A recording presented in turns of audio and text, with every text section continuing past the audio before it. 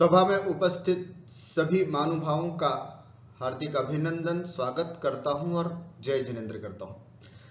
महानुभाव, विषय चल रहा है हमारा कर्म सिद्धांत, जिसका आज हम तीसरा भाग समझ रहे हैं। इससे पूर्व प्रथम और द्वितीय भाग हो चुका है और इसके अंतर्गत हमने जैसे पिछले स्वाध्याय हमने समझा था कि कर्म किसे कहते हैं। कर्म का मतलब होता है क्रिया। क्रिया का मतलब जैसे मन से की जाने वाली क्रिया, मानसिक क्रिया, जिसको कहते हैं मन संबंधित कर्म। मन कुछ भी विचार करे, मन का जो चिंतन है शुभाशुभ, वो जो भी मन से संबंधित क्रियाएं हैं वो सब मन से संबंधित कर्म कहलाता है। वचनों से संबंधित क्रिया वाचनिक कर्म होता है। जैसे जो कुछ हम मुंह से बोलते हैं, है ना, चाहे भजन बोलते हैं, चाहे अपशब्द बोलते हैं, चाहे गाली गलौज करते हैं, किसी की प्रशंसात्मक शब्द बोलते हैं, ये सब वचन कहलाते हैं। तो वचनों से संबंधित जो कार्य होते हैं, जो क्रियाएं होती हैं, उसे हम वाचनिक कर्म कहते हैं या वचनों से संबंधित कर्म होते हैं। कुछ शरीर से संबंधित कर्म होते हैं। हम अपने शरीर के माध्यम से उठते बैठते, पूजन करते, सोते, स्नान करते आदि कि जितने भी कार्य हैं सब वचन से संबंधित क्रियाएं हैं, कार्य है। इसको हम वाचनिक कर्म कहते हैं। अर्थात मन से संबंधित, वचन से संबंधित, क्रिया से संबंधित जो क्रियाएं हैं, काय से संबंधित जो क्रियाएं हैं, उसे हम कर्म कहते हैं। फिर से सुने, मन से संबंधित, वचन से संबंधित और काया, शरीर से संबंधित जो भी क्रियाएं हैं उसे हम कर्म कहते हैं। ये पिछले स्वाध्याय में हमने देखा। कर्म की एक परिभाषा हमने ये भी समझी कि कुल 23 प्रकार की पौद्गलिक वर्गणाएं होती हैं। उन 23 प्रकार की पौद्गलिक वर्गणाओं में कुल 5 प्रकार की वर्गणाएं जो होती हैं वो ग्रहण करने योग्य होती हैं, जिसमें एक होती है कार्मण वर्गणा, जो हमारे इर्द गिर्द चारों तरफ खूब भरी हुई है। कार्मण वर्गणाएं, कार्मण वर्गणाएं क्या होती हैं? ये एक पौद्गलिक, है ना, पौद्गलिक पुद्गल है एक तरह से, जो कि हमारे चारों तरफ बहुत विद्यमान है। जैसे ही हमारी मन, वचन या काय से थोड़ी सी भी क्रिया होती है तो वो कार्मण वर्गणाएं परिवर्तित होकर के कर्मरूप हो जाती है। तो जो कार्मण वर्गणाएं कर्मरूप परिवर्तित हो जाती हैं और वो जो कर्म रज हुआ उसे भी हम कर्म कहते हैं। कार्मण वर्गणाओं को भी कर्म कहते हैं। जब वो मन, वचन, काय के द्वारा आकृष्ट होकर के आत्मा से चिपक जाते हैं तो वो चिपका हुआ पदार्थ वो भी कर्म है। ये भी हमने पिछले स्वाध्याय में समझा था। साथ ही हमारे आसपास इर्द गिर्द जितनी भी दिखाई देने वाली वस्तुएं हैं ये भी सब कर्म है ना। जैसे अपन ने उदाहरण के रूप में देखा था ना, सब कई प्रकार के कर्म होते हैं, जैसे मोबाइल, टीवी आदि, ये सब भी कर्म है। ये सब हमने पिछली बार देखा था। तो ये कर्म होता है और इन सब परिभाषाओं के आधार पर इन कर्मों को हम 3 प्रकार से विभाजित करते हैं। आप सबने देखा था पिछली बार, भाव कर्म, द्रव्य कर्म और नौ कर्म। भाव कर्म, द्रव्य कर्म और नौ कर्म अच्छे से याद रखना। भाव कर्म अर्थात आत्मा के परिणाम, आत्मा में होने वाले राग, द्वेष, मोह, है ना, इत्यादि जो परिणाम हैं, आत्मा के परिणाम जो हैं, वे सब भाव कर्म कहलाते हैं। उन परिणामों की वजह से जो कार्मण वर्गणाएं कर्मरूप परिवर्तित होकर के आत्मा से जो चिपकती हैं वो कहलाते हैं द्रव्य कर्म। और उन द्रव्य कर्मों की वजह से जो सब अनुकूलता या प्रतिकूलताओं के साधन संसाधन जो प्राप्त होते हैं वे सब कहलाते हैं नौ कर्म। द्रव्य कर्म के नौ कर्म होते हैं। अर्थात द्रव्य कर्म जैसा है वैसा ही फिर हमें नौ कर्म की प्राप्ति होती है। तो ये 3 प्रकार के कर्म होते हैं, भाव कर्म, द्रव्य कर्म और नो कर्म, और इनका चक्र चलता आ रहा है। पिछले स्वाध्याय में हमने देखा था भाव कर्म जैसे करते हैं वैसे द्रव्य कर्मों का बंद होता है, और जैसे द्रव्य कर्म होते हैं वैसे नो कर्म प्राप्त होते हैं। फिर उन नो कर्मों के प्रति वापस राग द्वेष आदि परिणाम करके फिर भाव कर्म बंद, है ना, भाव कर्म से नो कर्म, द्रव्य कर्म से नो कर्म। इस तरह का यह चक्र जो है वो इस जीव का चलता आ रहा है। बात जब हम द्रव्य कर्म की करते हैं तो वो द्रव्य कर्म फिर 8 प्रकार से भी होता है ना, तो वो 8 प्रकार के कर्म होते हैं, है ना, भाव कर्म, द्रव्य कर्म, नो कर्म। वो द्रव्य कर्म जो है वो फिर 8 प्रकार से होते हैं, ज्ञानावरणीय, दर्शनावरण, वेदनीय, मोहनीय, आयु, नाम, गोत्र और अंतराय। इस प्रकार से कर्म 8 प्रकार के भी होते हैं, है ना, ये भी देखा था। और उसके बाद घाती अघाती कर्म के भेद, है ना, घाती अघाती कर्म भेद कौन से हैं, कौन कौन से कर्म घाती होते हैं, कौन कौन से अघाती होते हैं। जो हमारे अनुजीवी गुणों का घात करते हैं उन्हें हम घाती कर्म कहते। शब्द इस देखें ना, शब्दों को घाती, कहीं पर घातिया भी बोला जाता है, एक ही बात। घाती कर्म अर्थात जो घातता है ना, उसे हम घाती कर्म कहते हैं। जो घातता नहीं है अर्थात आत्मा के अनुजीवी गुणों का जो घात करे, ज्ञान, दर्शन, सुख, वीर्य, ये आत्मा के अनुजीवी गुण हैं।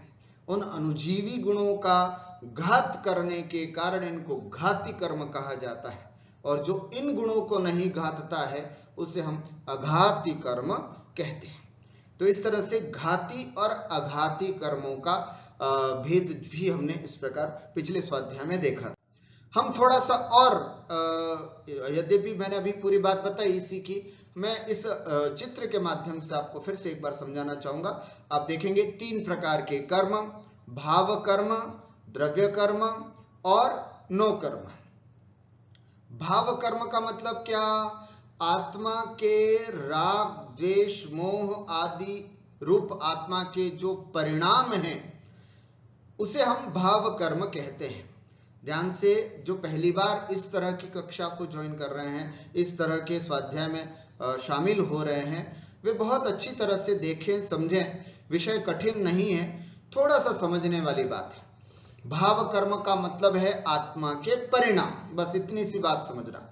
आत्मा के परिणाम जो हैं वो भाव कर्म कहलाते हैं। तो आत्मा में होने वाला राग, हम किसी से राग कर रहे हैं, हम किसी से द्वेष कर रहे हैं, हम किसी से मोह कर रहे हैं, हम किसी पर क्रोध कर रहे हैं, हम मायाचारी के परिणाम कर रहे हैं, तो ये जितने भी परिणाम हैं आत्मा के परिणाम, वे सब भाव कर्म के अंतर्गत आते हैं। द्रव्य कर्म क्या? कर्मण वर्गणा कर्मरूप परिवर्तित होकर आत्मा से जो चिपकते हैं, है ना, कर्मण वर्गणा कर्मरूप परिवर्तित होकर आत्मा से जो चिपकते हैं, है ना, धूल के समान कण होते हैं, उसे हम द्रव्य कर्म कहते हैं। ठीक है, क्या है वो धूल के समान? वो है कर्म। कहां से आए वो? उसका रॉ मटेरियल क्या है? उसका रॉ मटेरियल है कर्मण वर्गणा। कर्मण वर्गणाएं कहां है? कर्मण वर्गणाएं तीनों लोक में ठसाठस भरी हुई है। जैसे इस जीव ने परिणाम किया, जैसा भी, है ना, अच्छा बुरा भला, जैसा भी परिणाम करता है मन से या फिर वचनों से या फिर काया से, तत्काल ये आत्मा से खींचे चले आते हैं। जैसे मैंने उदाहरण दिया था पिछली बार कि जैसे कोई गरम गरम लोहा पर पानी डाला जाए तो एकदम पानी सोख लेता है, एकदम, है ना, पानी एकदम अपने आप अपनी ओर आकर्षित खींच लेता है। ठीक उसी प्रकार यह आत्मा, जैसे ही हम किसी भी तरह के परिणाम करते हैं मन वचन काय से, तो तत्काल वह कर्मण वर्गणाओं को खींचती है, और फिर जैसे जैसे कषाय होती हैं, जैसे जैसे उसके परिणाम होते हैं, वे उस रूप कर्मों में परिवर्तित हो जाती है। इस तरह से ये द्रव्य कर्म होते हैं। नो कर्म, ये शरीर जो मिला है ये नो कर्म है। ये मकान जो है ये नो कर्म है। द्रव्य कर्मों के अनुरूप प्राप्त होने वाले संसाधन नो कर्म कहलाते हैं। ठीक है, तो शरीर है, ये शरीर मुझे नाम कर्म से मिला। नाम कर्म क्या है? द्रव्य कर्म। तो द्रव्य के कर्म के अनुरूप प्राप्त हुआ है, तो ये नो कर्म। मकान मुझे अपने साता के उदय से प्राप्त हुआ है। कार, मोबाइल, रुपया, सोना, चांदी, ये सब जितने भी दिखाई देने वाली वस्तुएं हैं, ये सब नो कर्म कहलाती हैं। ठीक हो गया। इस तरह से भाव कर्म, द्रव्य कर्म, नो कर्म। भाव कर्म आत्मा के परिणाम, द्रव्य कर्म हमको दिखाई नहीं देते और नो कर्म हमको दिखाई देते हैं। संक्षिप्त में ऐसा समझना। द्रव्य कर्म में हमने देखा था कि कुल 8 कर्म होते हैं। ज्ञानावरण कर्म, जो हमारे ज्ञान गुण को ढके उसे हम ज्ञानावरण कर्म कहते हैं। जो आत्मा के दर्शन गुण को ढके उसे हम दर्शनावरण कर्म कहते हैं।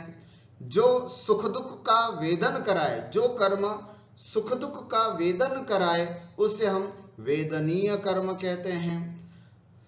जो कर्म मोह उत्पन्न करे, है ना, किसी के प्रति ममत्व भाव उत्पन्न करे, किसी के प्रति प्रेम उत्पन्न करे, वो कर्म कौन सा है? मोहनीय कर्म। जो कर्म किसी एक गति में हमको रोके रखे वो कहलाता है आयु कर्म। और जिस कर्म के उदय से हमें शरीर की सुंदरता, शरीर आदि की प्राप्ति होती है, वह नाम कर्म कहलाता है। जिस कर्म के उदय से हमें ऊंच नीच गोत्र प्राप्त होते हैं उसे हम गोत्र कर्म कहते हैं।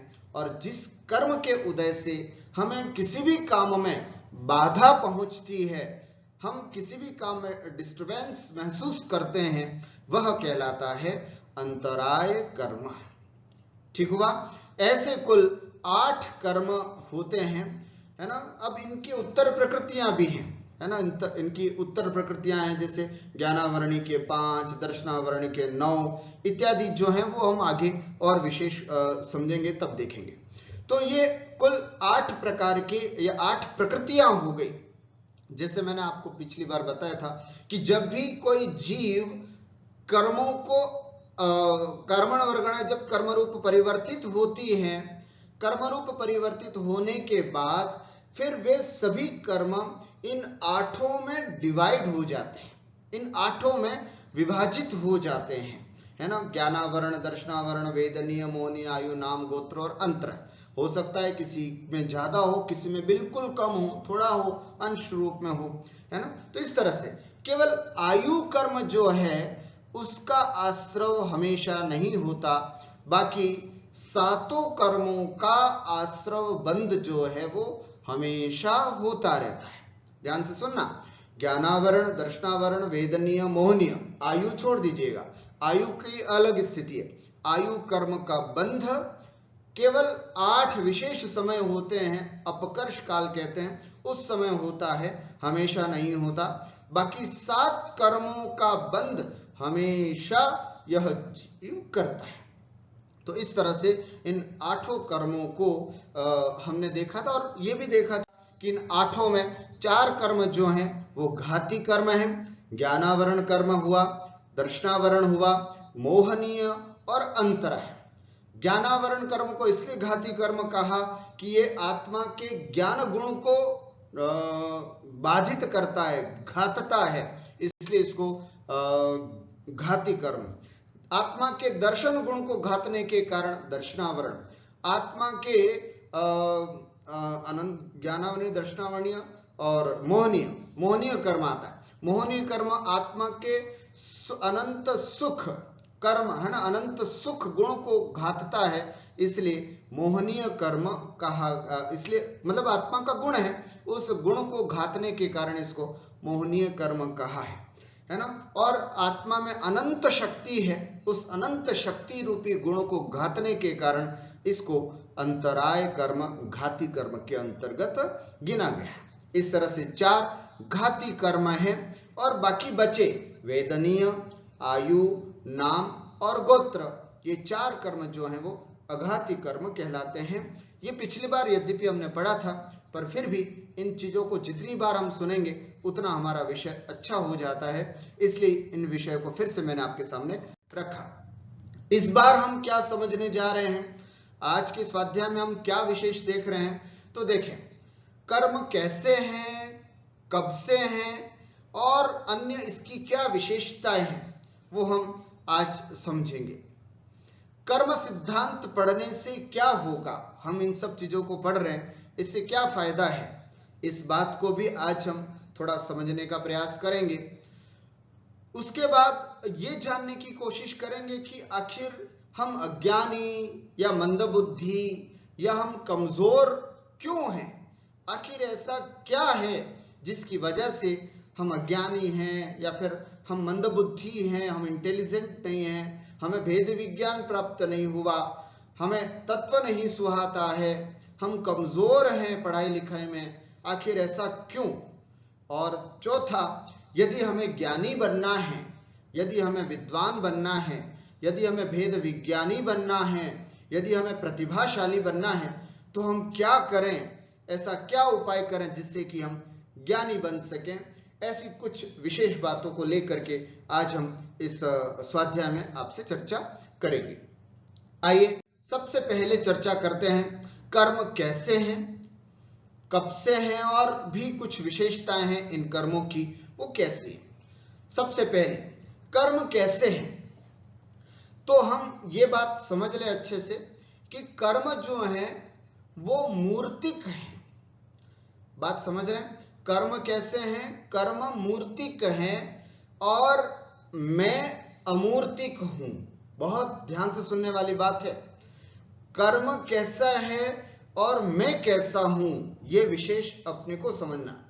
अन्यथा हम कहते हैं ना, जैसे जड़ कर्म गुमाता है लेकिन, है ना, वो अपन पूजा में पढ़ते ना, यह मिथ्या भ्रांति रही मेरी, है ना, जड़ कर्म गुमाता है लेकिन, है ना, तो हम कहते हैं ना कि जैसे जड़ कर्म गुमा रहा है मुझे, तो वाकई सत्य है, जड़ कर्म है, कर्म कैसा, जड़ है।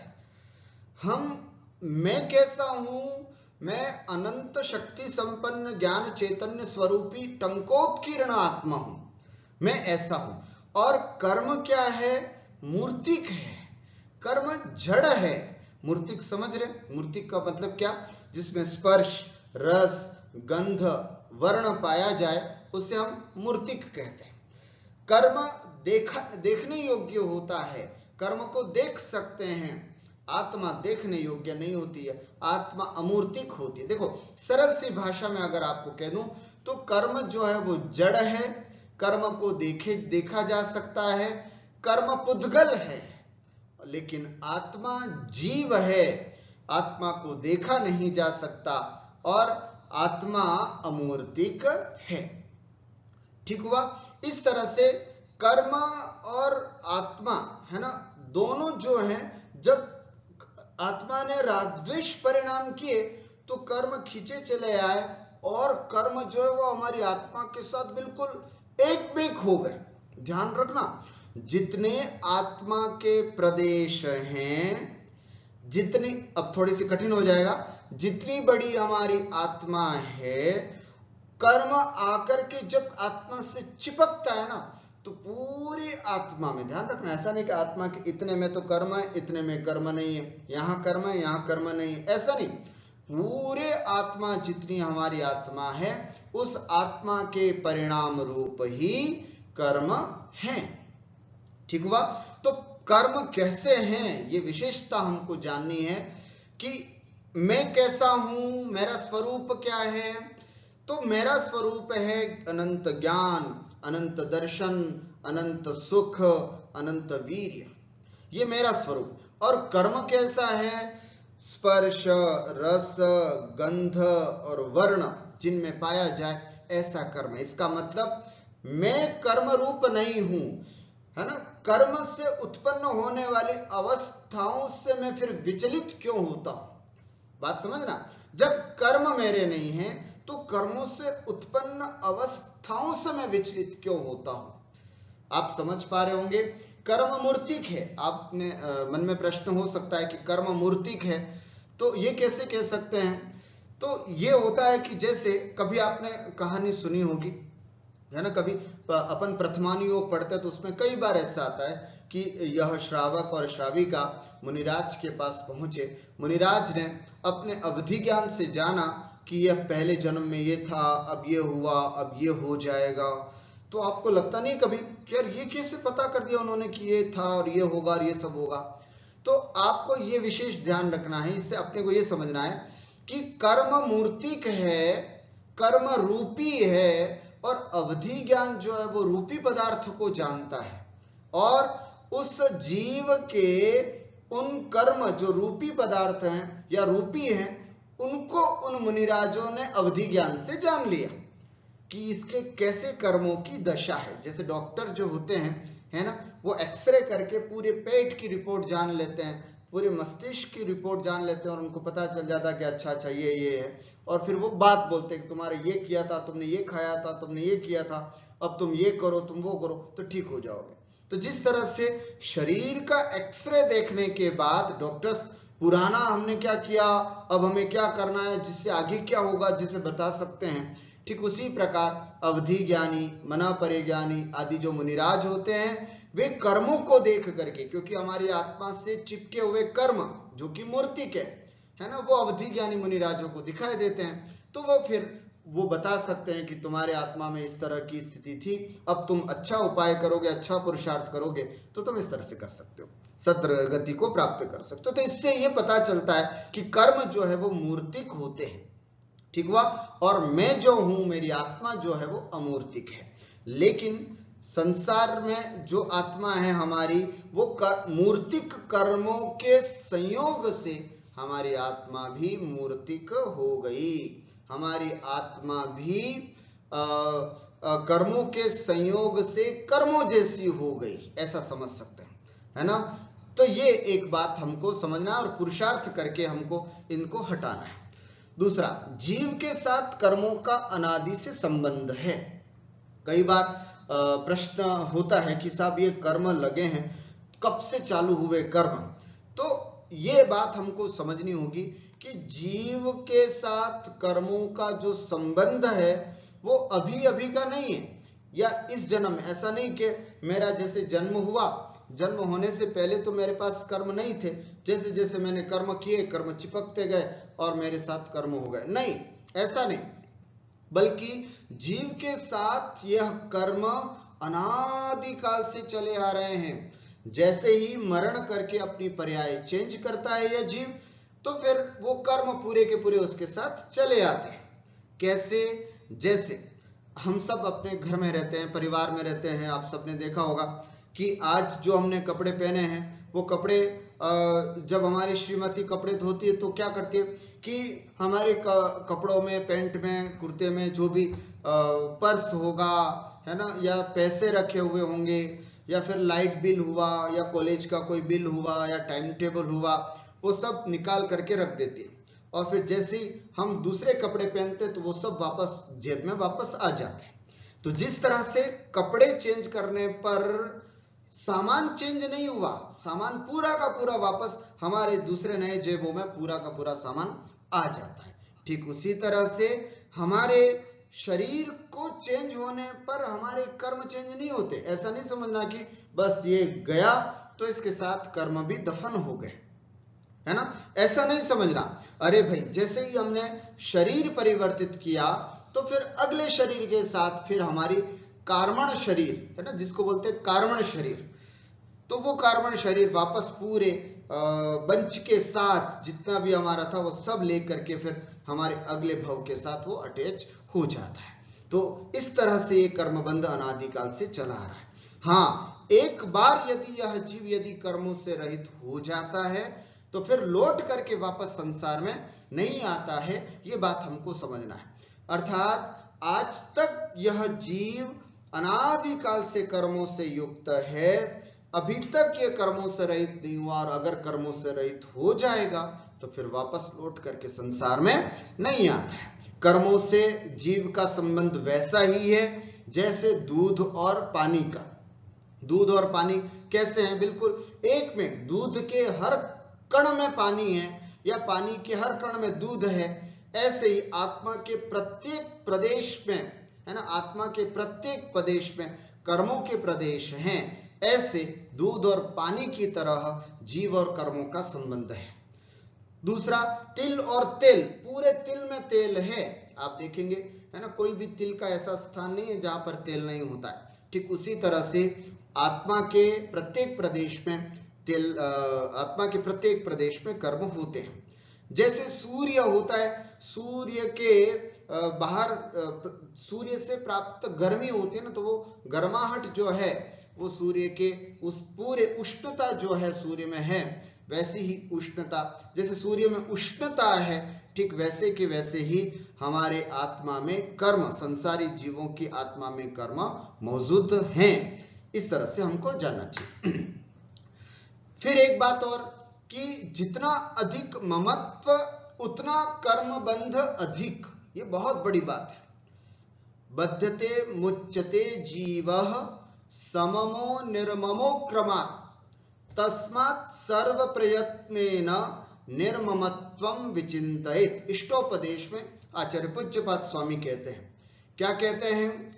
बध्यते मुच्यते जीवः सममो निर्ममः क्रमात्, अर्थात ममत्व से युक्त है, जितना ममत्व अधिक उतना कर्म बंध ज्यादा, जितना ममत्व कम उतना कर्म बंध कम। बिल्कुल फैक्ट है ना। हम संसार में, इसलिए तो कहा जाता है कि सम्यक दृष्टि की तरह हमारी लाइफस्टाइल होनी चाहिए। जीवन जीने की कला कहाँ सीखने जाते हैं साहब? हमारे शास्त्रों में सब कलाएं लिखी हुई हैं। हमें कैसा अपना जीवन जीना चाहिए, एक सम्यक दृष्टि की लाइफ स्टाइल उठा करके देख लीजिएगा, है ना। बिल्कुल वैसा अगर हम जीवन जिएंगे तो कभी भी हम अपने जीवन में परेशान नहीं हो सकते।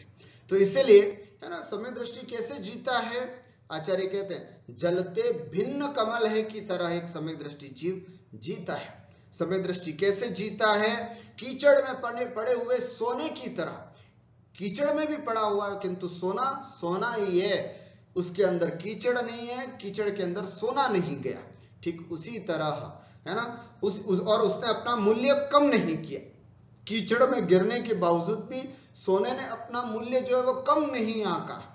ठीक उसी तरह हमें भी संसार में, परिवार में रह करके भी हमें वैसे ही रहना है जैसे सम्यक दृष्टि रहता है। हमें बहुत अधिक आसक्ति नहीं करनी है अपने परिवार के प्रति, अपने मकान के प्रति, अपने क्या बोलते हैं, अपने शरीर के प्रति, है ना। इतना अधिक आसक्ति और ममत्व नहीं करना है। एक बहुत अच्छा उदाहरण मुझे ध्यान में आ रहा है, उसको देख करके मैं आपको समझाना चाहूंगा कि किस तरह से ममत्व होता है।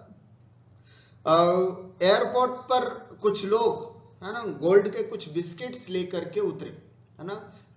ऐसा समझ सकते हैं कि सामान्य लोग थे एक तरह से, या फिर हो सकता है तस्कर करने वाले होंगे। बड़ा गोल्ड का सब कुछ ले करके और एयरपोर्ट से चले, है ना। कस्टम से भी पकड़ में नहीं आए वो, और निकल आए कैसे भी तरह से।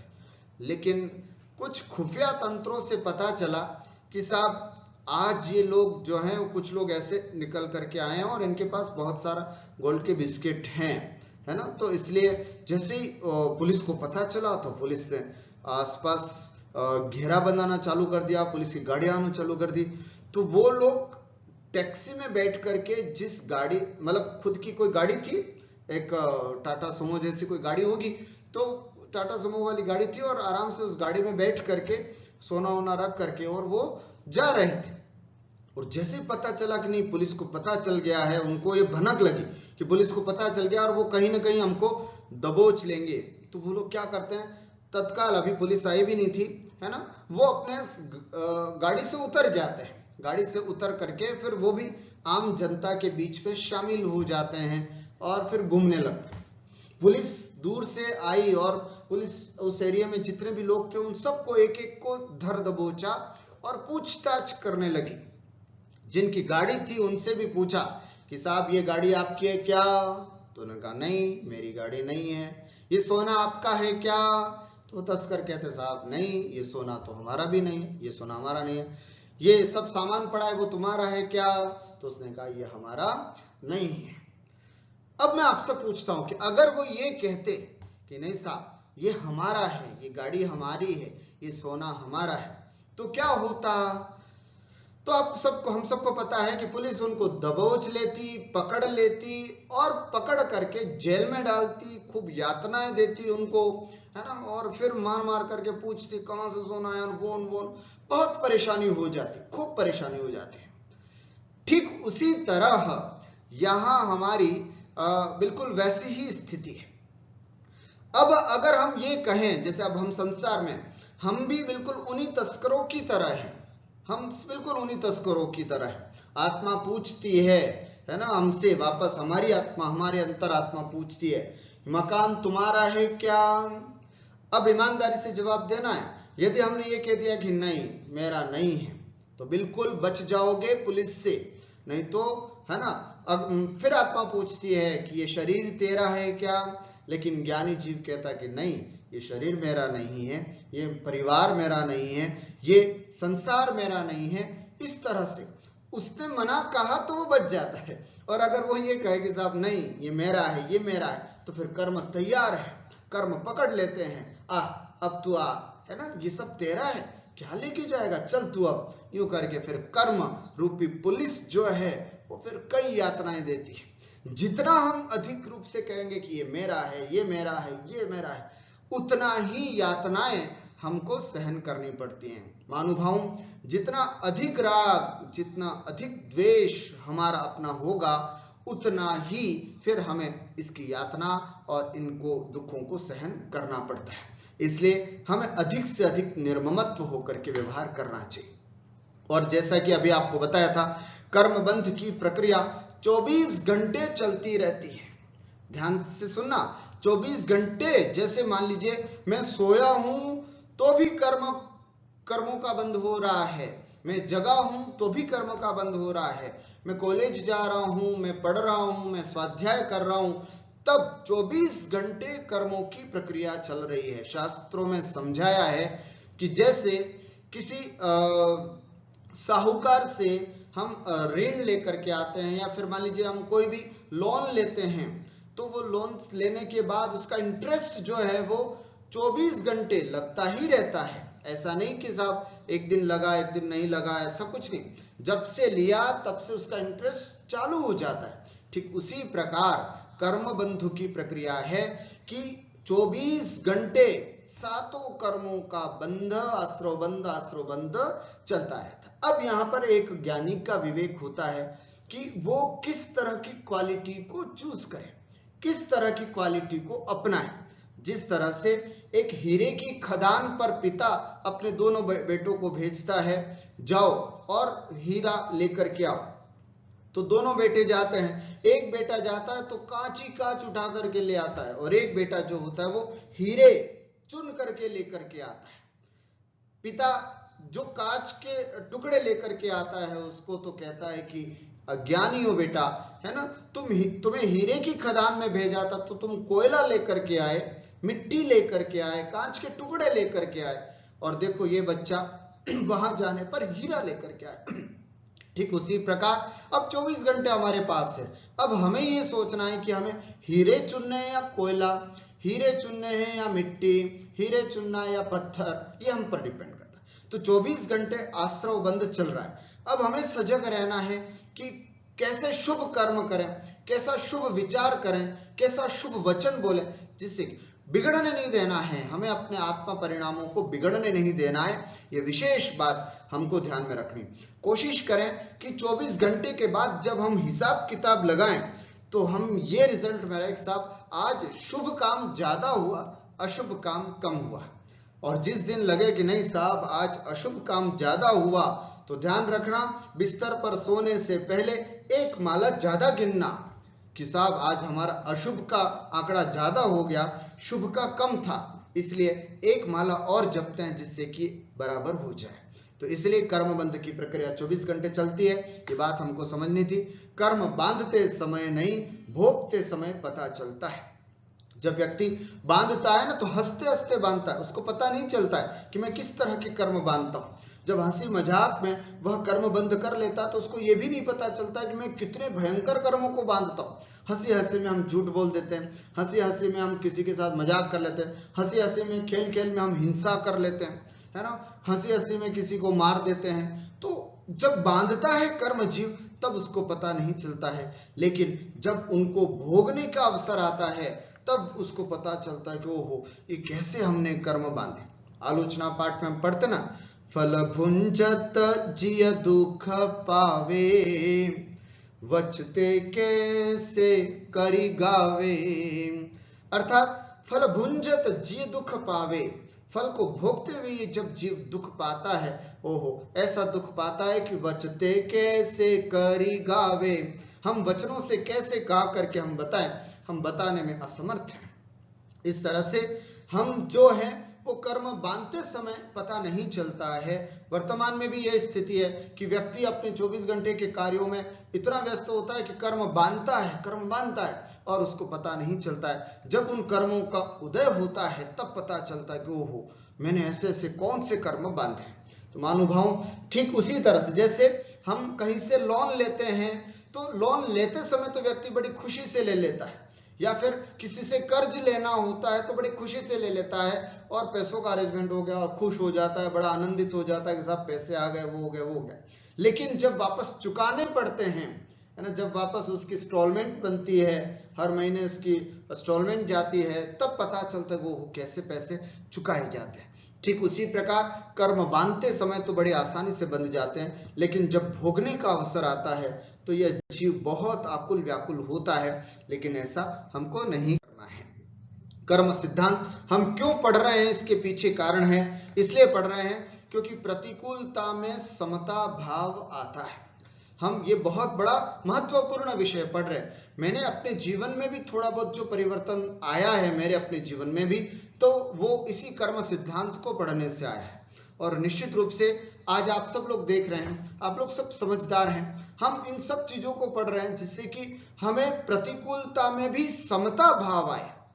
कैसे समता भाव आएगा तो हम समझते हैं। जैसे कि मान लीजिए हम सुबह सुबह उठे, फॉर एग्जांपल हम सुबह सुबह उठे और उठ करके जैसे जा रहे थे कि एक टेबल से हमारा पैर लग गया और फिर हम बिल्कुल गिरते गिरते बचे। अब देखो गुस्सा होने लगे सब लोग, जो मतलब वो व्यक्ति जोर से चिल्लाता है, पता भी नहीं चलता है कौन रख देता है ये टेबल, नौकर चाकरों को चिल्ला रहा है ना, सबको, है ना, अपने भाई को चिल्ला रहा है, अपने छोटे भाई को चिल्ला रहा है ना, नौकरों को, सबको, काम वाली को, सबको, कि क्या पता भी नहीं चलता है, एकदम यहाँ रखा और वो किया वो करके। और जैसे धीरे से उसकी पत्नी आती है और कान में उसको बोलती है कि भाई रात को दवाई ले रहे थे तो आपने ही टेबल रखा था और किसी ने नहीं रखा, इसलिए ज्यादा मत चिल्लाओ। तब उसको पता चलता, अरे अरे मैंने रखा था क्या? हाँ तो आपने ही रखा था। ओके ओके ओके, तो फिर वो ठीक हो जाता है, फिर वो सावधान हो जाता है।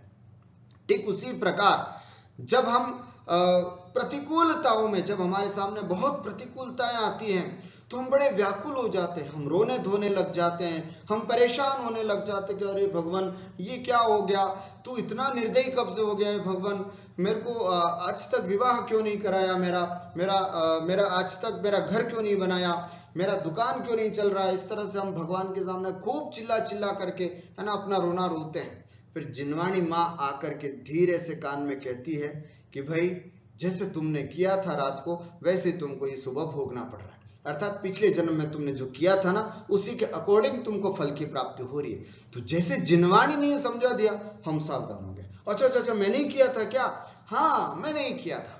तो जैसे पता चलता है कि ओहो मैंने ही किया था, फिर तो वो समता भाव, फिर उसके अंदर शांति आ जाती है कि ठीक है ना। जब कोई और करता है तो व्यक्ति को गुस्सा आता है, लेकिन खुद से गलती होती है तो वो फिर शांत हो जाता है। कर्म सिद्धांत पढ़ने का यही सबसे बड़ा फल है कि हम कभी भी आरोप दूसरे पे न लगाएं। मेरी आज जैसी भी अवस्था है, मैं दुख में हूं, मैं चाहे सुख में हूं, मेरा हाथ टूटा है, पैर टूटा है, मेरी आंख से अंधा हो गया हूं या कुछ भी हो गया हूं, इन सब का जिम्मेवार मैं स्वयं हूं। मेरा ही ऐसा कर्म होगा जिसकी वजह से, है ना, इस कारण से। एक उदाहरण पढ़ा था मैंने कहीं कि कोई स्त्री है ना, कई वर्षों के बाद उसको पुत्र की प्राप्ति होती है, 20 साल के बाद उसको पुत्र की प्राप्ति होती है, और पुत्र की प्राप्ति हुई और कुछ ही मतलब बहुत घर में खुशियां छाई कि साहब बेटा हुआ, खुश हुआ, सब लोग खुश हुए हैं, बड़े आनंदित हो गए। और फिर उसके बाद थोड़े समय के बाद मैं समझता हूँ 4 या 5 वर्ष बच्चा जिया होगा और उतने में फिर वह मृत्यु को प्राप्त हो जाता है। अब उसकी मां पर बहुत बड़ा पहाड़ टूट पड़ा। 4 या 5 साल की उम्र में बच्चा हमारा मृत्यु को प्राप्त हो गया। खूब रोना धोना होता है, भगवान के सामने जाते हैं, भगवान के बोलते हैं, ऐसा करते हैं, भगवान क्या करते हो, मैं तो रोज पूजन करती हूँ, मैं तो रोज स्वाध्याय करती हूँ, फिर मेरे साथ इतना बड़ा दुख का पहाड़ क्यों फूटा, क्या हुआ, ये सब बातें होती हैं। बस एक बार इस बच्चे के मुंह से मैं मां शब्द सुन लूं, केवल एक बार इस बच्चे के मुंह से मैं मां शब्द सुन लूं, इस तरह से होता है ना, केवल एक बार मैं मां सुनना चाहती हूँ, इस तरह से वो खूब बोलते। फिर मां शब्द वो बच्चा फिर एक बार हल्का सा उसके अंदर एक आत्मा प्रवेश करती और आत्मा कहती कि बोलो क्या बात है मां। तब उसने कहा कि ऐसा क्या कर्म हुआ था जिसकी वजह से आज मुझे अपने बच्चे से वियोग होना पड़ रहा है, मुझे अपने बच्चे को छोड़ना पड़ रहा है। तब वो कहता है, जो अंदर आत्मा प्रवेश करती वो कहती है कि ये जो है वो पिछले जन्म में तुमने अपने पति को अपनी मां से बिछोड़ दिया था, तुमने अपने पति को उसकी मां से अलग कर दिया था, और वो मां चिल्ला चिल्ला करके कह रही थी कि बेटा बेटा सुन लो, बेटा सुन लो, है ना, बहू सुन लो, लेकिन तुमने एक नहीं सुनी।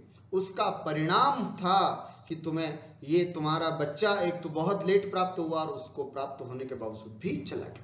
मानुभाव, हमारी संतान अच्छी या बुरी सब कर्मों से प्राप्त होती है। हमारी पत्नी अच्छी या बुरी ये सब कर्मों से प्राप्त होती है। अच्छी संतान मतलब पूर्व भव का पुण्य है, जिसकी वजह से तुमने बहुत अच्छा किया था, उसका कर्ज उतारने के लिए बेटे के रूप में तुम्हारे पास अच्छी संतान प्राप्त होती है। पूर्व भव में कुछ बहुत बड़ा बुरा कार्य किया होगा, जिसकी वजह से तुम्हें ऐसी संतान प्राप्त हुई कि चुन चुन के बदला ले रहा है, गाली गलौज करके हमको बदला ले रहा है और किसी भी तरह से विगत कर रहा है।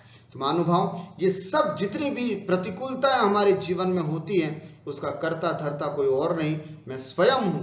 ऐसी प्रतिकूलता में समता भाव रखने के लिए ये कर्म सिद्धांत हम पढ़ रहे हैं।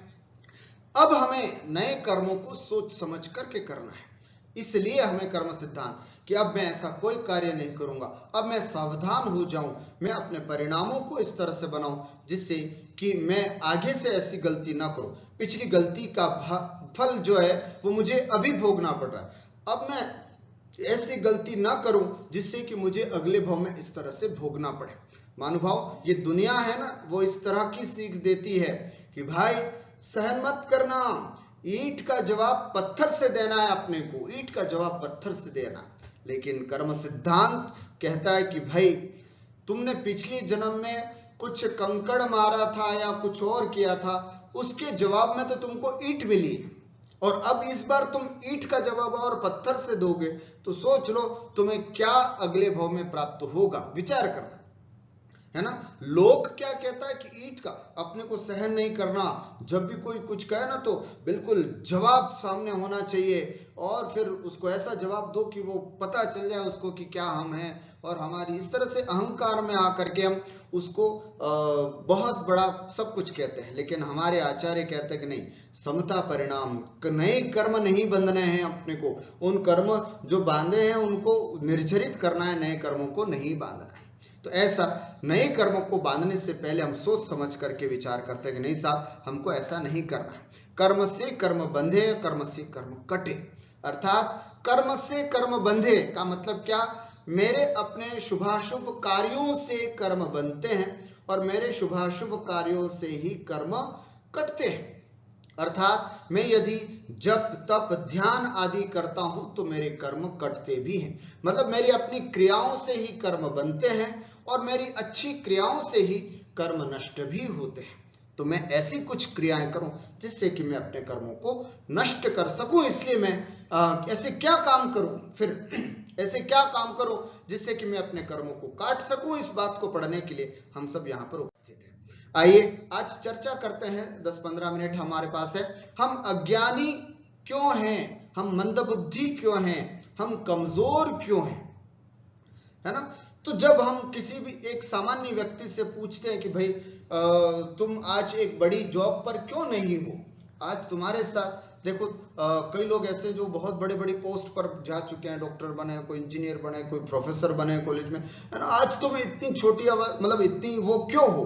तो पता है लोग क्या जवाब देता है, लोग जवाब देता है कि साहब हमारे पास पुस्तकें अच्छी नहीं थी, इस कारण से हम बड़े इंसान नहीं बन पाए। अर्थात जब हम पढ़ते थे तो अच्छी पुस्तकें नहीं मिल पाई, अच्छी व्याख्या वाली पुस्तकें नहीं मिल पाई, इस कारण से हम ज्ञानी नहीं बन पाए, हम इंटेलिजेंट नहीं बन पाए। कुछ लोग इस तरह का तर्क देते हैं कि हमको पढ़ाने वाले अच्छे नहीं थे, वो आज तक अपने गुरुजनों को गाली देते हैं, है ना, हमेशा यही कहते हैं कि साहब वो मास्टर अच्छे नहीं थे, वो गुरुजी अच्छे नहीं थे, वो पढ़ाते अच्छे नहीं थे, है ना, हमको पढ़ाने वाले अच्छे नहीं मिले, इसके कारण हम अज्ञानी रह गए, नहीं तो हम आज कहां से कहां पहुंच जाते, है ना। तो कुछ लोग ऐसे होते हैं जो अपनी बुक्स को कोसते हैं कि हमको अच्छी पब्लिकेशंस वाली बुक्स नहीं मिली। कुछ लोग ऐसे होते हैं जो अपने गुरुजनों को कोसते हैं कि साहब हमको पढ़ाने वाले अच्छे नहीं मिले और उन्होंने अच्छे से पढ़ाया नहीं, इसकी वजह से हम आज अज्ञानी हैं, हमारे में दिमाग कम है, हम कमजोर बुद्धि वाले हैं। कुछ लोग ये कहते हैं कि साहब हमारी स्कूल अच्छी नहीं थी, पता है हम बिल्कुल गांव की स्कूल में पढ़े थे या फिर हिंदी मीडियम में पढ़े थे, इस कारण से हम बड़े आदमी नहीं बन पाए, इसलिए हम बहुत अच्छे रिच पर्सन नहीं बन पाए। ऐसा कई लोग अपने को तर्क देते हैं और उनसे पूछा जाए कि साहब तुम अज्ञानी क्यों हो, तो वो कहते हैं कि पढ़ने के लिए अनुकूलताएं नहीं मिली, अर्थात पढ़ने के लिए अच्छा एक रूम होना चाहिए, एक स्टडी टेबल होना चाहिए, है ना, अच्छी बुक्स होनी चाहिए, एसी लगा हुआ होना चाहिए, ये सब अनुकूलताएं जो थी ना वो उस समय नहीं मिली, है ना, इस कारण से हम नहीं पढ़ पाए ऐसा।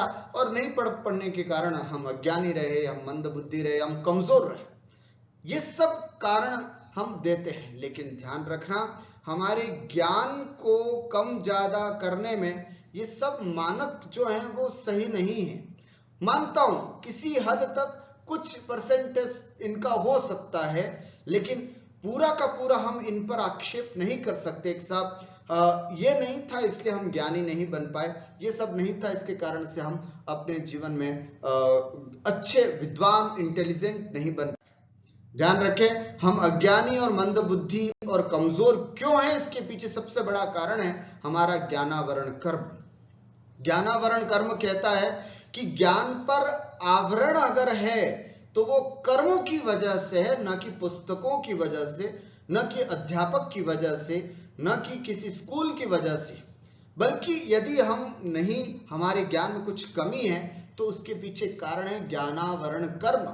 अर्थात ये ज्ञानावरण कर्म एक ऐसे पर्दे के समान है, पिछली बार हमने देखा था कि जैसे मूर्ति पर पर्दा रखा हुआ हो, है ना, तो जैसे पर्दा होने की वजह से हम मूर्ति नहीं देख पाते, ठीक उसी प्रकार ये ज्ञानावरण कर्म एक ऐसा आवरण बन गया कि ये ज्ञान जो है वो कर ही नहीं पा रहा है, समझ ही नहीं पा रहा, वस्तु को पहुंच ही नहीं पा रहा है।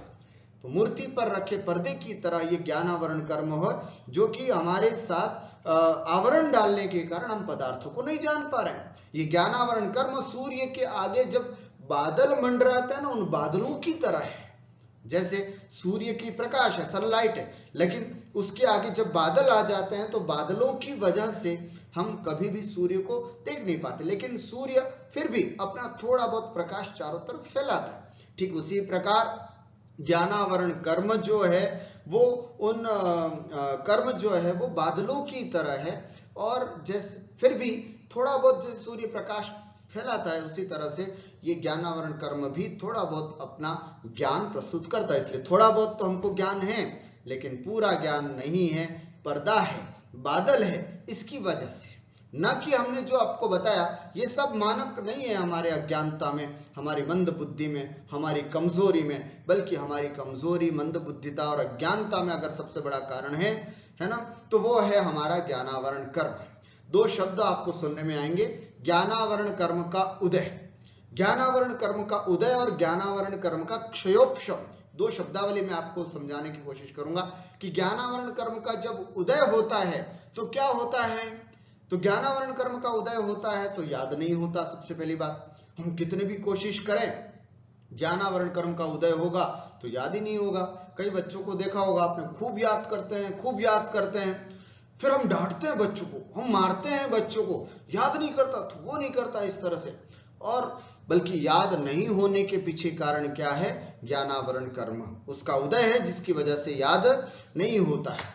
ज्ञानावरण कर्म का उदय होता है तो हम जल्दी भूल जाते, कदाचित हम याद भी कर लेते हैं, लेकिन ज्ञानावरण कर्म के उदय से जल्दी भूलने वाली स्थिति हो जाती है। ज्ञानावरण कर्म का उदय होता है तो पढ़ाई में मन नहीं लगता कभी भी, है ना। व्यक्ति आप कितना भी बच्चे को बोल करके बिठाओ, बैठ बैठ बैठ, आपके कहने से डर से बैठ भी जाएगा, लेकिन ज्ञानावरण कर्म का उदय होगा तो उसका मन पढ़ाई में बिल्कुल नहीं लगेगा।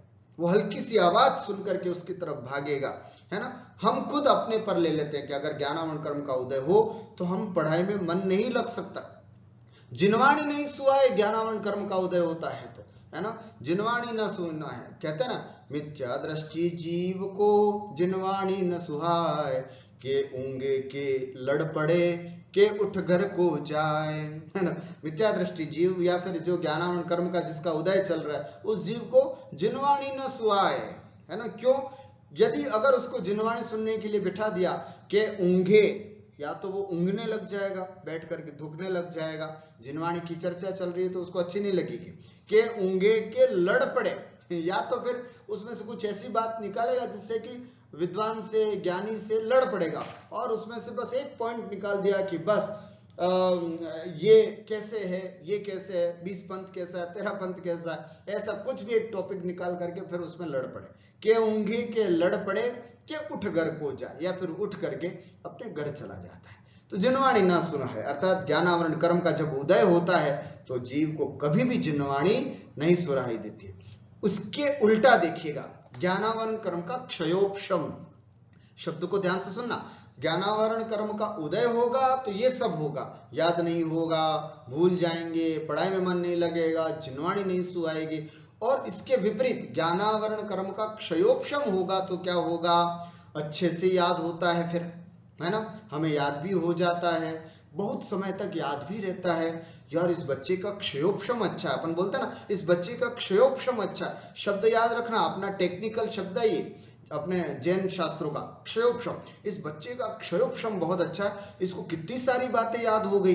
तो ऐसे बहुत समय तक याद रखने का भी, कई बच्चे होते हैं ना कितनी देर तक, अर्थात हम बचपन में पढ़े हुए होते हैं उसको जवानी तक याद रखते हैं। तो इस तरह से याद करने की क्षमता बहुत बढ़ जाती है ज्ञानावरण कर्म के क्षयोपशम से। पढ़ाई में खूब मन लगता है, जिसका ज्ञानावरण कर्म का क्षयोपशम होता है उसको पढ़ने में बड़ी रुचि होती है। पढ़ाई की कोई बात होती है तो बिल्कुल सावधान होकर के अच्छे से सुनता है और फिर उसको याद करता है, और उसको जिनवाणी भी खूब सुहाती है। जब भी जिनवाणी की बात होती है तो कान खड़े करके और ध्यान से सुनने लग जाता है। तो ये विशेषता है कि ज्ञानावरण कर्म का क्षयोपशम होगा तभी हमको जिनवाणी अच्छी सुनने में लगेगी, जिनवाणी अच्छी लगेगी। तो ये सब चीजें हैं हमारी अज्ञानता में, हमारी बुद्धि को कमजोर करने में। हमने कारण समझा, अब हम मतलब यहाँ हम देखते हैं कि आखिर ऐसा हमने क्या किया, हमने ऐसा क्या काम किया जिसकी वजह से हम अज्ञानी बने, जिसकी वजह से हम कमजोर बने, मंद बुद्धि बने। एक बार हम दृष्टिपात तो करें कि आखिर ऐसा क्या काम किया था जिसकी वजह से मैं आज बुद्धू हूं, जिसकी वजह से मुझे याद नहीं रहता, जिसकी वजह से पढ़ाई में मन नहीं लगता। ऐसा कौन सा काम किया मैंने जिसकी वजह से? हम देखेंगे, हमने निश्चित रूप से ऐसा काम किया होगा, किसी को पढ़ने से रोका होगा, या फिर किसी को पढ़ाई में डिस्टर्ब किया होगा। कई बार देखते हैं ना, घर परिवार में हम होते हैं तो कोई बच्चा पढ़ने बैठा है तो एक बच्चा दूसरा आता है उसको डिस्टर्ब करता है। हंसी मजाक में डिस्टर्ब कर तो लिया, लेकिन उसने कर्म बंध ऐसा किया जिसको फल उसको आगे जाकर के भुगतना पड़ता है। कोई जिनवाणी पढ़ने के उत्सुक हो, हम उसको रोकते हैं कि साहब नहीं जाना है, नहीं पढ़ना है, क्या करके पढ़ेंगे। कई होते हैं ना बच्चे पढ़ने के लिए जाना उत्सुक होते हैं, पाठशाला जाने के उत्सुक होते हैं, स्वाध्याय करने के उत्सुक होते हैं, लेकिन घर परिवार वाले कह देते हैं कि नहीं, अभी तुम्हारा ये काम बाकी है, अभी तो तुम्हारा स्कूल का काम बाकी है, पहले ये कर लो, वो कर लो। और बेचारा वो पढ़ने का उत्सुक होता है, उसको भी हम रोक लेते हैं। ध्यान रखें, किसी को पढ़ने से रोकना, या कोई पढ़ रहा है तो उसको पढ़ाई में डिस्टर्ब करते हैं, तो ये हमारी बुद्धू होने की, अज्ञानी होने की, मंद बुद्धि होने की सबसे पहली कड़ी है। हमको ऐसा नहीं करना चाहिए। ज्ञानी ज्ञान व ज्ञान के साधन के प्रति द्वेष भाव रखना। कोई ज्ञानी व्यक्ति है ना, कोई इंटेलिजेंट पर्सन है, कोई प्रतिभाशाली व्यक्ति है, तो उसके ज्ञान के प्रति या जो भी साधन मिलते हैं उन साधनों के प्रति हम द्वेष भाव रखते हैं। ये तो ऐसा है, देखो कैसे कैसे लोगों से पढ़ करके ये कैसा बन गया, है ना। 2 लोगों को स्टेज पे बुलाया, 2 लोगों को नहीं बुलाया, तो जिनको नहीं बुलाया वो बैठे बैठे ये तो ऐसा है न, ये वैसा है न। इस तरह से हम बैठे बैठे अपने कर्मों का बंध कर लिया, बैठे बैठे हमने पाप का अर्जन कर लिया और फिर हम अज्ञानता की ओर बढ़ जाते हैं। तो जो अच्छे हैं, ज्ञानी लोग हैं, ज्ञान का प्रचार प्रसार कर रहे हैं, उनसे द्वेष भाव करते हैं तो उससे भी हम अज्ञानी बनते हैं। अपने ज्ञान को, अपने पुस्तक को, गुरु के नाम को छुपाने से भी हम अज्ञानी बनते हैं। किसी ने पूछा, आपको आता था कि साहब इसका उत्तर क्या होगा, हमने जानते हुए भी मना कर दिया कि साहब माफ करना, मुझे नहीं आया इसका उत्तर, तो हम उसको नहीं बताए। क्यों नहीं बताया? इसलिए नहीं बताया कि मैं अगर बता दूंगा तो ये भी ज्ञानी बन जाएगा, ये भी विद्वान बन जाएगा, समाज में इसको भी पूछ हो जाएगी। अभी तो लोग मुझे ही पूछ रहे हैं, लेकिन मैं अगर इसको बता दूंगा तो ये भी ज्ञानी बन जाएगा, लोग उसको भी पूछने लग जाएंगे। तो इस तरह से द्वेष भाव होने से हमने अपने ज्ञान को छिपाया कि नहीं साहब मुझे नहीं मालूम, जबकि मालूम था। हमने पुस्तक को छिपाया, जिस पुस्तक से हम पढ़ते थे, कौन सी पुस्तक से पढ़ते, नहीं कुछ नहीं, पता नहीं वो कौन सी पुस्तक है, यूं करके हमने रख दी। ध्यान रखना, कोई भी ज्ञान की पुस्तक अगर हमने छिपा के रख दी, है ना। कई बार बच्चों को हम सिखाते हैं ना कि तू अपने नोट्स मत दे किसी को, अगर तू नोट्स देगा तो वो पढ़ लेगा, वो कर देगा। ऐसा नहीं होना चाहिए कभी भी। ज्ञान और प्रेम, ये 2 चीजें ऐसी हैं जो बांटने से बढ़ती है, इसलिए कभी भी हमें अपने बच्चों को ऐसा संस्कार नहीं देना चाहिए। और गुरु का नाम नहीं छुपाना। हम जो कुछ भी पढ़ते हैं, जिनसे भी पढ़ा है, कई बार क्या होता है कि वो गुरु इतना ज्ञानी नहीं होता है तो हम उसका नाम छिपा देते हैं कि नहीं, अब मैं इस पोजीशन पर पहुंच चुका हूं कि अगर यदि मैंने अपने गुरु का नाम लिया तो शायद अच्छा नहीं लगेगा लोगों को, है ना, इसलिए मैं अपने गुरु का नाम नहीं लेता हूं। प्रैक्टिकल है ये, हमने कई लोगों को देखा है, जैसे जैसे उन्होंने अपने गुरु का नाम छिपाया, उनका ज्ञान धीरे धीरे ह्रास हो गया। फिर उसको पता चला कि ओहो ये तो मेरे इस कारण से हो रहा है। फिर बाद में जैसे उन्होंने अपने गुरु की जयकार लगाना चालू किया, जैसे ही उन्होंने अपने गुरु का नाम लेना चालू किया, कि धीरे धीरे उनका ज्ञान वापस बढ़ने लग गया। महानुभाव, कभी भी अपने ज्ञान को, अपने पुस्तक को, गुरु के नाम को नहीं छुपाना। उसके छुपाने की वजह से हम अज्ञानी बने। ज्ञानी ज्ञान के साधनों को नाश करने से, है ना, किसी ज्ञानी को नष्ट कर दिया, उसके ज्ञान के साधन जो पुस्तक आदि थी उनको जला दिया, खत्म कर दिया, उससे भी ज्ञानावरण कर्म का बंध होता है। ज्ञानी ज्ञान व ज्ञान के साधनों का दुरुपयोग करने से, महानुभाव, हमें ज्ञान प्राप्त हुआ था ज्ञान का प्रचार प्रसार करने के लिए, लेकिन यदि हम इसका दुरुपयोग करते हैं तो उससे भी ज्ञानावरण कर्म का बंध होता है और उससे हम अज्ञानता को प्राप्त होते हैं। अंतिम बात बस आपके सामने रखता हूं कि अब हमें ज्ञानी बनना है, तो ज्ञानी बनने के लिए क्या उपाय करें, हम ऐसा क्या करें जिससे कि हम अगले भाव में कम से कम कुंद भगवान की तरह ज्ञानी बने, है ना, कुंद स्वामी की तरह इंटेलिजेंट बने, बहुत अच्छे ज्ञानी बने, आचार्य विद्यासागर जी जैसे बहुत ज्ञानी बने। ऐसा क्या काम किया जाए जिससे कि हम ज्ञानी बन सके? तो इसके लिए क्या करना पड़ेगा? खूब पढ़ना होगा और खूब स्वाध्याय करना होगा, इससे हम ज्ञानी बन सकते हैं। अर्थात हमें स्वाध्याय के प्रति ललक जगानी होगी, पढ़ाई के प्रति हमारी ललक जगानी होगी। तो निश्चित रूप से इस वक्त कई बार होता है ना कि हम क्या करें, स्वाध्याय तो करते हैं लेकिन कुछ समझ में नहीं आता। कोई दिक्कत नहीं, एक अक्षर समझ में नहीं आए तो भी दिक्कत नहीं, लेकिन स्वाध्याय की आदत तो डालो। कई लोग डरते हैं, कई लोग कहते हैं कि साहब हमें समझ में नहीं आता इसलिए हम स्वाध्याय नहीं करते। लेकिन नहीं, हमें ध्यान है कि जब हम करणान योग की क्लास में सबसे पहली बार बैठे थे तो हमें कुछ भी समझ में नहीं आया, तब भी गुरुजी ने कहा हमको कि नहीं कोई बात नहीं, बैठो, क्योंकि हमारा काम संस्कृत का पढ़ने पढ़ाने से ज्यादा था, लेकिन फिर भी हमको कहा गुरुजी ने नहीं बैठो। फिर जब हमने करणान योग पढ़ना चालू किया तो वो सब बातें जो पढ़ी थी वो सब संस्कार में थी, तो धीरे धीरे बात याद है कि हाँ गुरुजी ये भी आपने बोला था, पहले ये भी बोला था, तो फिर सब चीजें एकदम स्पष्ट हो गई। महानुभाव, स्वाध्याय समझ में आए चाहे न आए, जब ऑनलाइन स्वाध्याय हो रहा है चाहे ऑफलाइन, आपको जरूर स्वाध्याय करना है, उससे हमारा संस्कार बनेगा। सुनिएगा, जितना भी सुनेंगे स्वाध्याय करने का भाव रखिएगा, खूब पढ़िएगा, तो एक न एक दिन हम जरूर ज्ञानी बनेंगे। खूब पढ़ाओ और स्वाध्याय कराओ, पढ़ना ही नहीं है, अब पढ़ाना भी है। आपको एक अक्षर भी पता चला है तो आप दूसरे को पढ़ाओ, दूसरे को समझाओ। मान लीजिए हमें ध्यान है कि जब हम कुवैत में थे, प्रवचन करने के लिए गए थे, तो वहां पर कपल में से एक पत्नी ही आ पाती थी, पति नहीं आ पाता था। तो पत्नी क्या करती थी, पूरे 1 घंटे का प्रवचन ध्यान से सुनती थी और पूरा का पूरा प्रवचन अपने पति को जाकर के कहती थी, बहुत अच्छे से पूरी बात बताती थी। तो अब था तो उनके पास रिकॉर्डिंग का सब सामान, सब कुछ था, लेकिन वो खुद एक एक चीज जो है वो उत्साह के साथ बताया करती थी। ठीक उसी तरह से हमें भी होना चाहिए कि एक भी बात अगर अच्छी सुनने को मिली, आज अच्छी बात मिली, तो हमें उत्सुकता होनी चाहिए कि साहब आज ये हुआ, आज ये हुआ। इस तरह से पढ़ाएं, दूसरों को बताएं और स्वाध्याय कराएं। अगर आपके पास अच्छी इंद्रियां हैं, अच्छे कान नाक सब ठीक, भगवान की दया से सब अच्छे हैं, तो बड़े बुजुर्ग जो होते हैं उनको सुनाओ, वक्ता मर्जी सुनाओ, ना स्वाध्याय करके 2-4 लाइनें सुनाओ, स्वाध्याय कराओ। या अपने से छोटे जो हैं परिवार में, घर परिवार में, उनको पढ़ाओ। जितना पढ़ाओगे उतना अच्छा होगा। मुझे ध्यान है हमारे अपने स्वाध्याय ग्रुप से जुड़ी एक बहन है ना, एक परिवार था जिनकी एक बेटी की शादी श्वेतांबर समुदाय में हो गई, श्वेतांबर समाज में हो गई। तो फिर बाद में सब लोगों को आश्चर्य हुआ कि ऐसे कैसे हो गया, अब कैसे परिवर्तन होगा, क्या होगा। तो फिर वो गई तो सही उस परिवार में, लेकिन धीरे धीरे धीरे ऐसा माहौल परिवर्तित हुआ कि उसने सबको स्वाध्यायी बना दिया, खूब पढ़ाया सबको। तो ये सब संभव है। स्वाध्याय करना ही नहीं है, स्वाध्याय कराना भी है और साधन देख करके पढ़ने वालों की सहायता करनी। कई लोग ऐसे होते हैं, ना तो हम पढ़ पा रहे हैं ना पढ़ा पा रहे हैं, कोई दिक्कत नहीं, लेकिन हम सहायता तो कर सकते हैं। जिनवाणी दे करके हम किसी की ज्ञान साधना में सहायक तो बन सकते हैं। वो सहायक बनकर, यही तो काम किया था कोंडेश ग्वाला ने, है ना, कि वो ना तो जिनवाणी समझ पा रहा था, लेकिन पेड़ के कोटर में पड़ी हुई जिनवाणी को देखा, उसने कहा कि नहीं साहब, ये कोई जिनवाणी और किसी ज्ञानी व्यक्ति को देने से शायद कुछ अच्छा हो सकता है, और उन्होंने मुनिराज को हाथ में दे दी। उसका फल ये हुआ कि अगले भाव में वो बड़े ज्ञानी बने। तो साधन दे करके भी हम ये कार्य कर सकते हैं। यदि किसी के पास जिनवाणी नहीं है तो जिनवाणी दें, है ना, किसी के पास और कोई साधन नहीं है तो इन साधनों को दे करके भी हम ज्ञानी बन सकते हैं।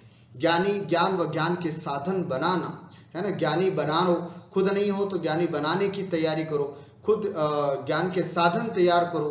ऐसे स्कूल्स खोलें, ऐसे गुरुकुल खोलें जहां पर बहुत सारे इस तरह के उपक्रम चलते हैं। अभी हमारा स्वाध्याय चल रहा है यहाँ पर, साकेनाका समाज और धेरी समाज दोनों आज एक साथ बैठ करके स्वाध्याय कर रहे हैं ना। तो अंधेरी समाज में जैसे रेणु दीदी हैं, एक उपक्रम उन्होंने प्रारंभ किया, एक स्टेज उन्होंने तैयार की कि साहब चलो मैं तो स्वाध्याय कर रही हूँ, मेरे साथ और भी लोग स्वाध्याय से जुड़े, तो क्या किया जाए। तो अपन ऐसा करते हैं, भैया जी को कहते हैं, और फिर एक स्टेज तैयार किया उन्होंने और फिर सबको स्वाध्याय करा। साकेनाका समाज में भी ऐसे ही 5 युवाओं ने, एकमात्र 5 युवाओं ने एक स्टेज तैयार किया कि साहब एक ऐसा कुछ प्लेटफॉर्म हम तैयार करते हैं जिससे कि सब लोगों को ज्ञान प्राप्त हो। बस ये एक ऐसा काम है ना, ये सब ऐसा काम है जो कि निश्चित रूप से खूब पुण्य का कार्य करते हैं। तो ऐसे कुछ स्टेज तैयार करना, पाठशालाएं खुलवाना, स्वाध्याय चालू करवाना, ये सब ऐसे पुण्य के कार्य हैं जिससे कि हम आगे ज्ञानी बन सकते हैं, हम ध्यानी बन सकते हैं, और भगवान करे तो हम केवल ज्ञान को भी प्राप्त कर सकते हैं। ज्ञानी ज्ञान और ज्ञान के साधनों का सदुपयोग करना। मानुभाव, अगर थोड़ा भी ज्ञान हमको प्राप्त होता है तो कभी भी पंथवाद में मत उलझना, कभी भी गुरुवाद में मत उलझना, क्योंकि वर्तमान में थोड़े से भी ज्ञान को प्राप्त हो जाते लोग तो फिर बहुत भयंकर विवादों में पड़ जाते हैं, बड़े विवादों में पड़ जाते हैं कि ये तो ये पंथ को मानता नहीं, ये वो पंथ को मानता है ना, ये तो वो पंथ है, बल्कि अभी ज्ञान ही नहीं है ना। तो कोशिश करना कि साधनों का जो ज्ञान प्राप्त होता है या जो हमें ज्ञान प्राप्त हुआ है या साधन प्राप्त होते हैं उसका दुरुपयोग नहीं करें, उनका सदुपयोग करें, तो निश्चित रूप से ज्ञानी बन सकते हैं। बस आज इतनी ही बात कह करके मैं अपनी बात को विराम देता हूं कि अब हमें ज्ञानी बनना है तो ये कुछ उपाय करें जिससे कि हम अपने ज्ञानावरण कर्म को कम करके, है ना, उसका ज्ञानावरण कर्म जो तीव्रता के साथ उदय में आता है, यदि ऐसे कुछ अच्छे काम करेंगे तो निश्चित रूप से हम उस पर विजय प्राप्त करके और आगे जा करके हम भी केवल ज्ञान प्राप्त कर सकते हैं। बोलिए द्वादशांग जिनवाणी माता की जय।